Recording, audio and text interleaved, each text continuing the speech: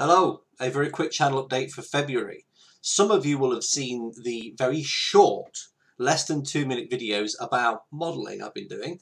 I'm carrying those on, so there will be more videos about the vampire being built. That's an Airfix vampire, and I've got some ship models, 1 to 700 ship models on the way. The other thing I'm doing this month, and I might carry it on, is I'm going to improve my handwriting. Now, I actually generally keep notebooks. I actually have at least 3 notebooks here next to me. So I've got a project book, a development book, and a general notes book. And these have got, just things in them that I'm doing. The reason I like a notebook is that it can be picked up, unlike loose leaf that goes everywhere.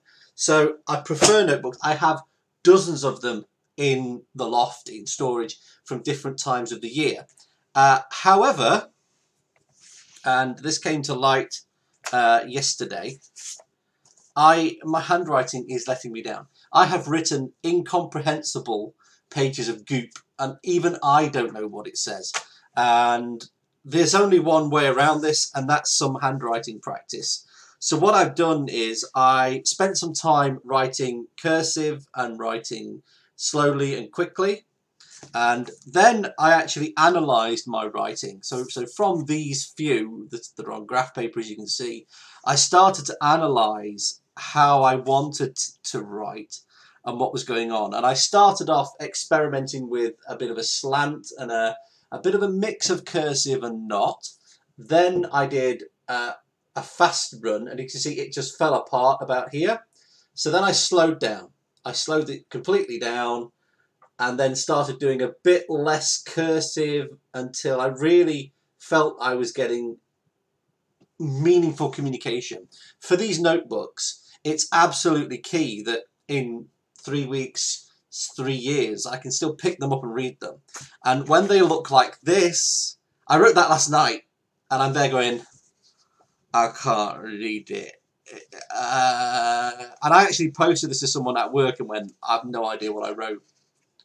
I clearly took, well, I know I took 2 hours reading through something and taking notes, and it's completely pointless and worthless because today I can't work it. So there's where I'm doing. I actually have 3 writing implements. I actually have 4. Let me just find the other one. So these are Energel 0.7mm pens. These are my favourite pen. And while I'm here, let me just try this one. It's running out.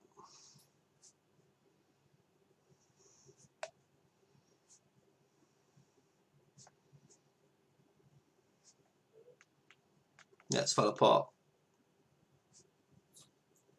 But, it's given me a nice smooth flow. Now, I've got a bit of a mess on my desk and no space. I'll actually use my keyboard. I'm using my keyboard right now. But I really like Energels, and they're my go-to black pen. So what was this pen? Well, this pen was a Parker Jotter, but not perhaps with what you expect as the standard ballpoint end. It actually had a gel end in it. So these are gel ones. So these on the this side, these are the standard old ballpoints, but these on this side are actually gel. So I've put a blue gel in there. It's blue as opposed to black that's in the Energel. So these are the 2 main pens I'm using at the moment, and I'm sticking with the Parker over the Energel for now because it's a little bit thinner, it's a little bit heavier at the tip, at the weighted end. This is a metal pen, obviously. This is gold plated. This is all plastic.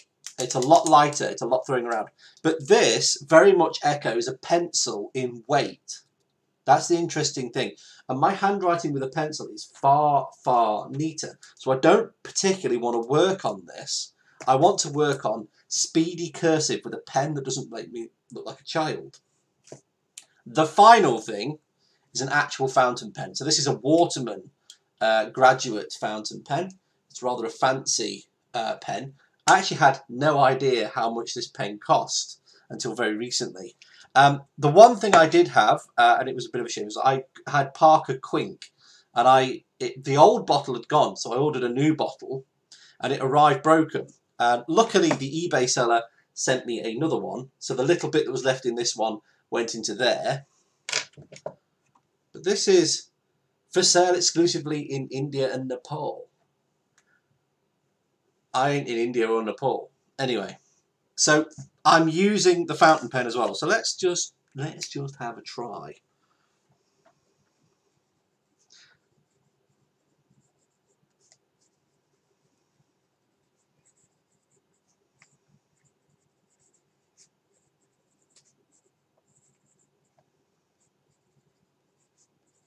Yeah, so some of my connections are quite bad.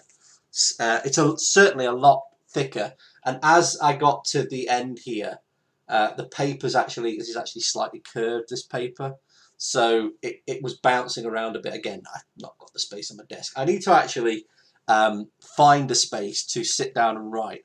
We actually downstairs have I think it's an early 20th century, but it might be a late 19th century writing desk with a proper drop down. And at some point in the past, it lost its leather inner. I might restore that. What I might do is use a very light varnish remover and take the varnish that's on there off just the inside. The outside's got lovely character and I wouldn't want to touch the outside. But the inside, it's an antique, but I don't care about it. It was a cheap antique, and it's probably worth nothing.